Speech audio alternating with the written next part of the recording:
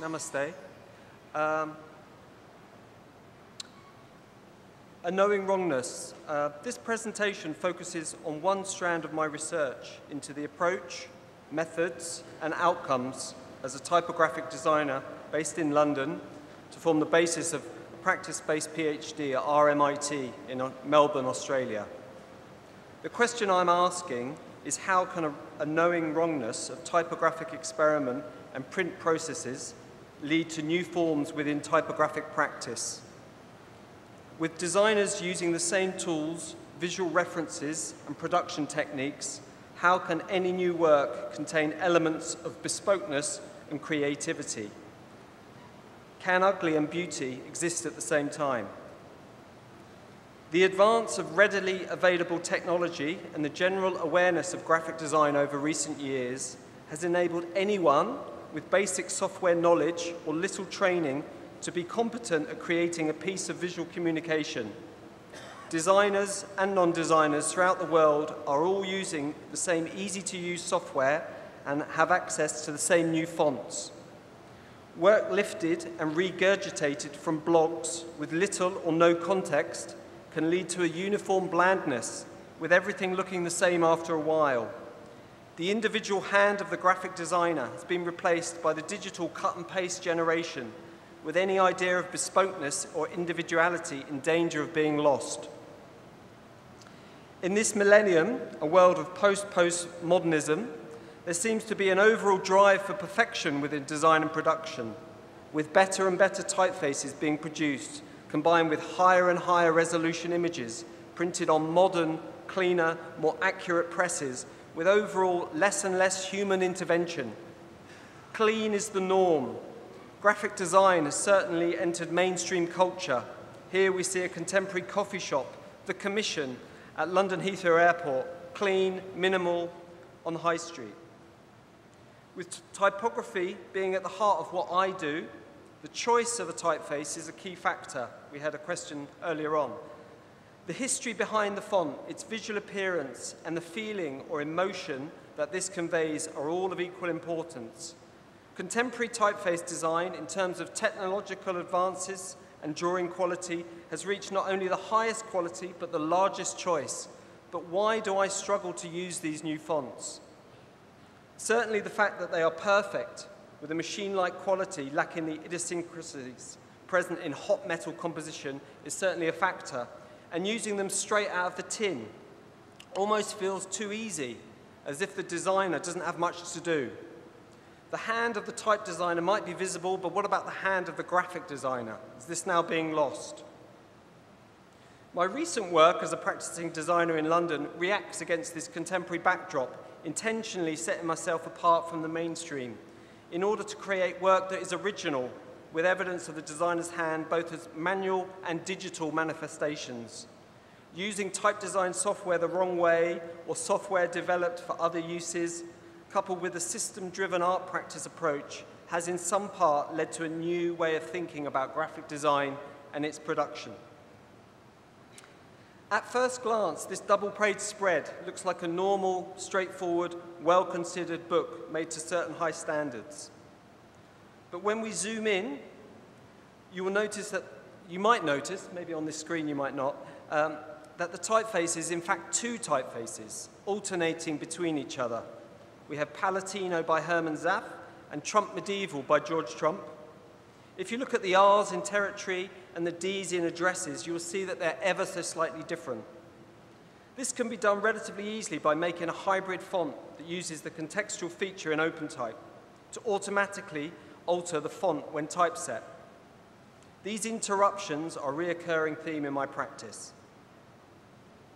To some recent history, the manipulation of existing fonts really started to take shape in the late 1980s when graphic designers, as opposed to type designers, could open and edit digital fonts, chopping bits off, adding bits from other fonts, and so on.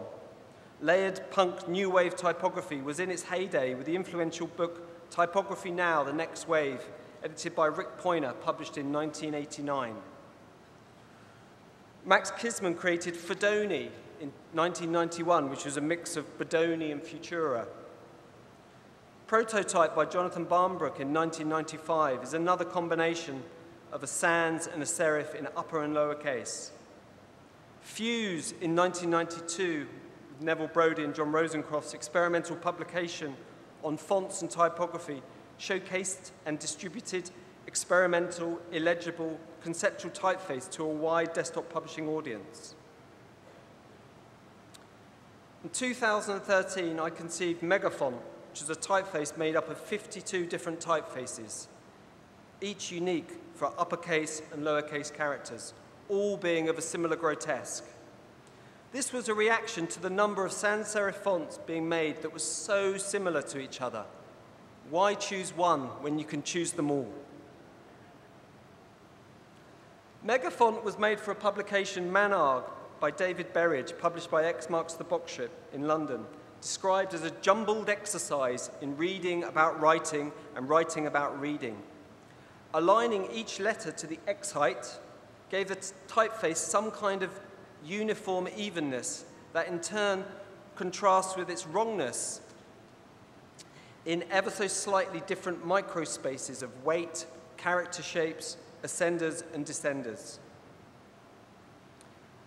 This was followed by a serif version, Century Megafont, constructed of 52 versions of Century typefaces, with an added feature of randomness within each letter, again made possible with 26 sets of contextual alternatives.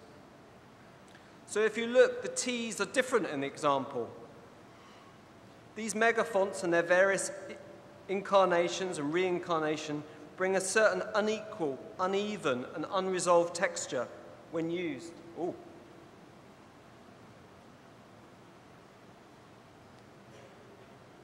A wrongness, a flicker on the screen and a flicker on the page, reminiscent of letterpress printing, with all its faults and misprints. In many ways, it seems that the text has been hand-set and printed badly. Through embracing a notion of chance, you don't know what letter's going to be set next, the typeface comes alive. Another form of type hacking is to alter the letter forms or parts of the letter forms themselves. Radical Essex was a font made for a radical modernist architectural project in the UK, and this was created by simply turning all the curved points of Helvetica from round to straight, and then jumbling them together. It's a kind of form of type designing without designing type. Countershift transposes the counters of one typeface to that of another. In this instance, the swapping of the counters of Futura Book with Futura Bold, and Futura Book with Futura Bold Condensed. This again creates an uneven, an uneven effect when used to set text, partly as the letters that don't have counters are left unchanged. In 2015, I worked with the artist Fiona Banner in creating a typeface constructed from a blend of all the typefaces she uses in her work. Font was made with the interpolation tool in type design software, normally used to blend, say, a bold weight of a typeface with a light weight of a typeface to create the regular weight. Using this software intentionally wrong by blending a serif typeface with a sans serif typeface, and then again with a badly designed free font, produced this new bastard form of aesthetic ugliness. The conceptual artist Giorgio Sadotti imposes a system that plays out in many forms to create an artwork. I became involved in producing this work primarily due to my technical, production, and typographic knowledge. Conceptual typefaces soon followed the same approach.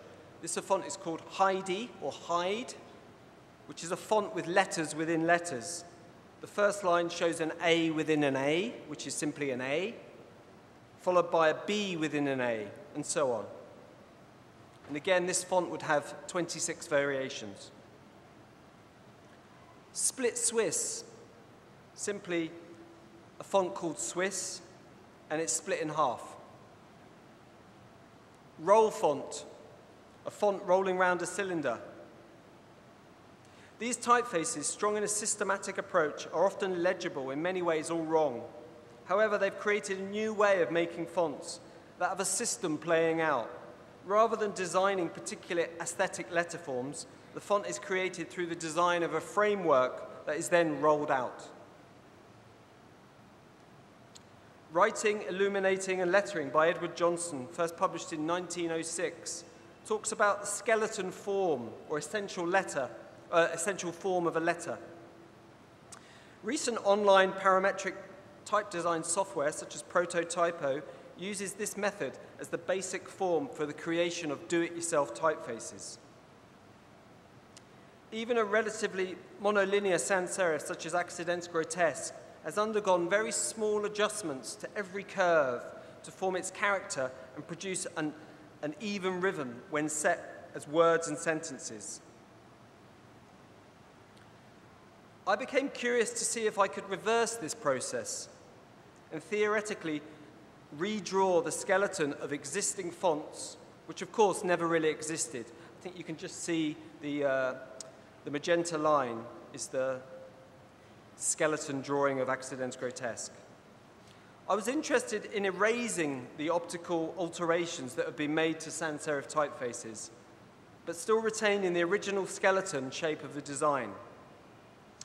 And the system we used was just drawing completely down the middle. So the magenta line is exactly the halfway point of the letter, halfway point of the font. So you'll see that the baseline is not due to the systematic and strict approach of plotting the midpoint of each stroke, but this has created a new typeface. And the skeleton form can be stroked to produce any desired weight. That has certain characteristics of the original Accidents Grotesque font, but with new characteristics that are a consequence of this process. Again, this is typeface design without actually drawing the letters based on visual judgments. There would be a temptation to correct the unevenness, the irregularity, but to me that's the whole process, what it was all about, not to optically correct. This is a watercolor robot drawing machine that paints in watercolor any image that you feed into it that's been vectorized. Its software, StippleGen, maps a continuous line for the brush to follow, as opposed to Adobe Illustrator that would create a series of traced lines. I noticed that each time the task was performed, a different path would be drawn. So I wondered what would happen if you could apply this to a letter form.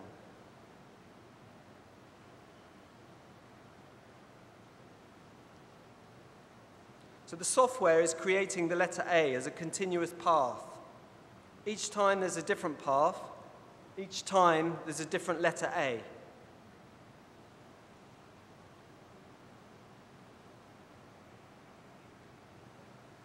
And these can all be saved as vectors and then imported into some kind of type design software as multiple alternative characters that can be used to create a typeface with infinite number of variables. So again, it's designing type without designing type.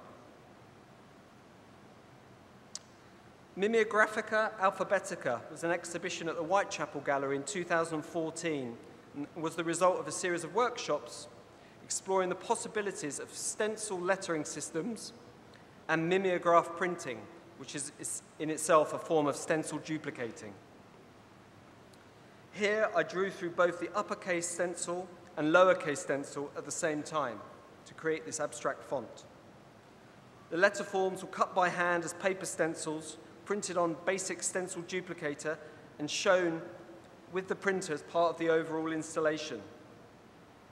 These abstract letter forms moved from typographic to graphic, from text to image, through a revival of stencil production and stencil print processes. Typography is also concerned with the arrangement of type. Early in my undergraduate course at the University of Reading in the 1990s, Professor Michael Twyman gave a lecture, Typography Without Words, that used a simple notation to teach the graphic variables and basic hierarchy of typography.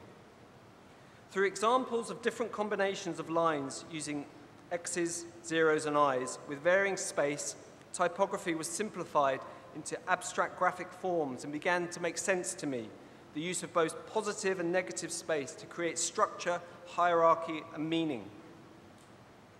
Another key moment of my education was understanding the relationship between type size, line length, and leading. The dimensional relationships in the composition of text, published in the Stafford papers in the 1970s, compared the same piece of text set at the same size with 5 different leadings, 8 point, 9 point, 10 point, 11 point, 12 point, and 3 line lengths, 27, 20, and 13 picas. Through this example, I could immediately see the effect that each variable had on each other. The longer the line length, the more leading required. Some Such Stories is a recent book that takes on board these principles of hierarchy and arrangement, but uses all of them at the same time in an unexpected and expanded manner. Centered, justified, range left, and range right, all on one page. These risky combinations of arrangement make some kind of sense due to the book's theme of disbursement and the experimental nature of the publisher, combined with my ambition to try and do something new to push this discipline. A rigorous execution of microspacing and typographic rigor, which is always present in the work, creates a tension of typographic do's and don'ts existing at the same time. Shonky, the aesthetics of awkwardness, combines a knowingly wrong approach in both form and letter form. 16 fonts, 1 font for each section of the book, were designed with the online font tool Prototypo, using parametric sliders that affect all the letters at the same time as opposed to individually. Rather like pushing all the controls on a music mixing desk to their extreme to create a distorted sound, each typeface is distorted within a different slider: curviness, serif width, or serif arc. Paragraphs were set in a rotating sequence of these 16 fonts, mixed with a dared centered arrangement throughout the entire book, setting a fitting shonky atmosphere.